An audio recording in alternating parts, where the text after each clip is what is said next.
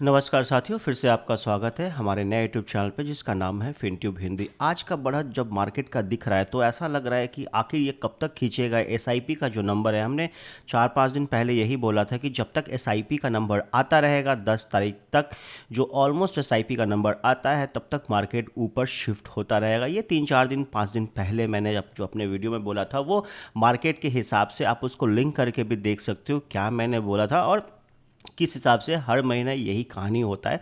अब देखना होगा कि ये 10 तारीख के बाद जो ओरिजिनल फिगर है वो कैसे आएगा। और आज एक गुड न्यूज़ ये था कि एफ का जो नंबर था वो पॉजिटिव में था और डी का भी नंबर वो भी पॉजिटिव में था। एफ की खरीदारी आज हुई थी इंडियन मार्केट में और डी की, और कितनी हुई थी वो मैं आपको बता रहा हूँ। लगभग लगभग 243 करोड़ की एफ की खरीदारी हुई और डी की भी 3791.40 करोड़ की खरीदारी हुई है। तो ये गुड साइन है कि अब देखिए इतना मार्केट ऊपर जाने के बाद धीरे धीरे 243 करोड़ एफ का जो नंबर है वो आ रहा है और डी का जो 3741.40 है।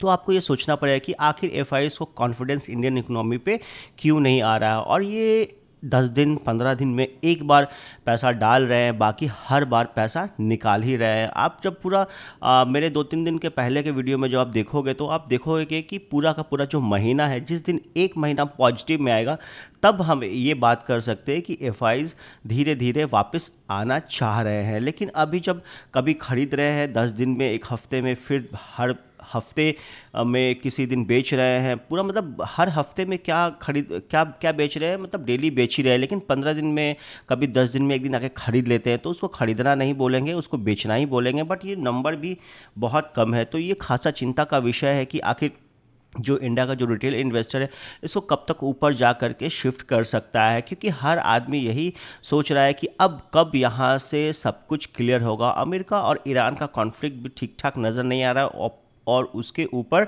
जो काम है वो गल्फ़ कंट्री में और ओमान में टेंशन बढ़ गया है। अब यहाँ पे क्या होगा, और अभी लग रहा है कि खेमनई के जो अंत्येष्टि थी उसके बाद क्या होगा, कैसे होगा, मूड सबका चेंज है, माहौल गर्म है।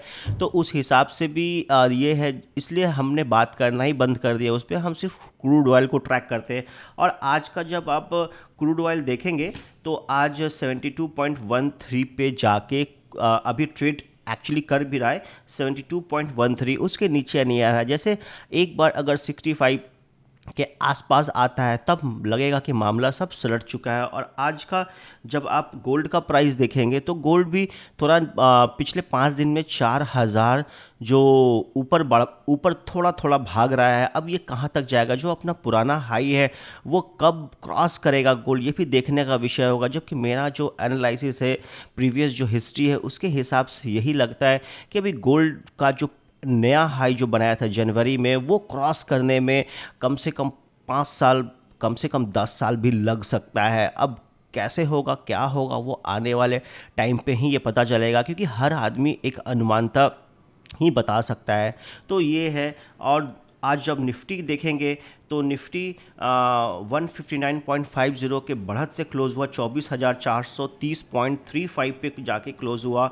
सेंसेक्स 521.16 के बढ़त से क्लोज हुआ और 78,285.07 पे जाके क्लोज हुआ। इंडिया विक्स देखेंगे, जब इंडिया विक्स पे 14 पे था, मैंने बोला कि यहाँ से अगर 11-12 आ जाए तो फिर मज़ा आ जाए। और वहाँ से धीरे धीरे धीरे धीरे इंडिया विक्स भी कंट्रोल में आया और अभी 11.82 पे जा करके क्लोज हुआ। आप इंडिया विक्स को हर वक्त देखिए, मैं अपने लगभग लगभग हर एक वीडियो में बात करता हूँ। बहुत पावरफुल चीज़ है। आपको अगर इंडिया विक्स देखना भी स्टार्ट करेंगे तो आपको 2-4-6 महीने में आपको समझ में, मार्केट का सेंटिमेंट समझ में आएगा। ये जो फेयर इंडेक्स है, ये जो वॉलेटाइल मार्केट है, उसका एक बहुत बढ़िया ज़बरदस्त जो इंडिकेशन है वो इंडिया विक्स से ही आएगा, आपको मिलेगा। और उसके बाद अब देखना पड़ेगा कि अब जो अमेरिका में जो फेड के जो चेयरपर्सन है कैल्विन वैश, वो क्या करते हैं। वो अभी इंटरेस्ट रेट को लेकर के खासा जो है चिंता का विषय जो बना हुआ है पूरी दुनिया भर में। जो इन्फ्लेशन आ गया है, अभी पूरे धीरे धीरे आपको टच करेगा, धीरे धीरे हर व्यक्ति को टच करेगा, पूरे दुनिया भर में टच करेगा। तो अब उसके बाद का मार्केट कैसा होगा वो भी देखने का विषय होगा। और केल्विन विश के बारे में हर आदमी यही आज बात कर रहा है। मैंने बोला था कि जब अमेरिका और ईरान का मामला सलटेगा तो हर आदमी फिर इंटरेस्ट रेट कट के बारे में बात करेगा, और चर्चा शुरू भी होना शुरू हो गया है मार्केट में।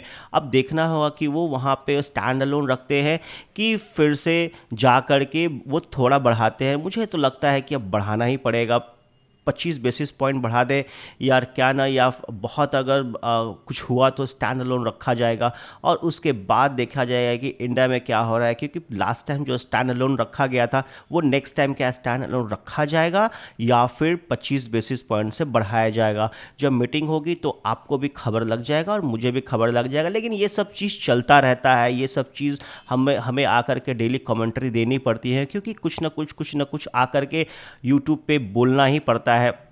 क्योंकि ऐसे ही अब अचानक से आकर के कुछ ऐसा हो ना जाए, इसके वजह से हर दिन आकर के एक इंडिकेशन, एक कमेंट्री मुझे आकर के आप लोगों के लिए करना ही पड़ता है। तो इसलिए तो आज का वीडियो हम यहीं तक रखते हैं, फिर कल मुलाकात होगी। तब तक के लिए थैंक यू सो मच। जय हिंद, जय भारत।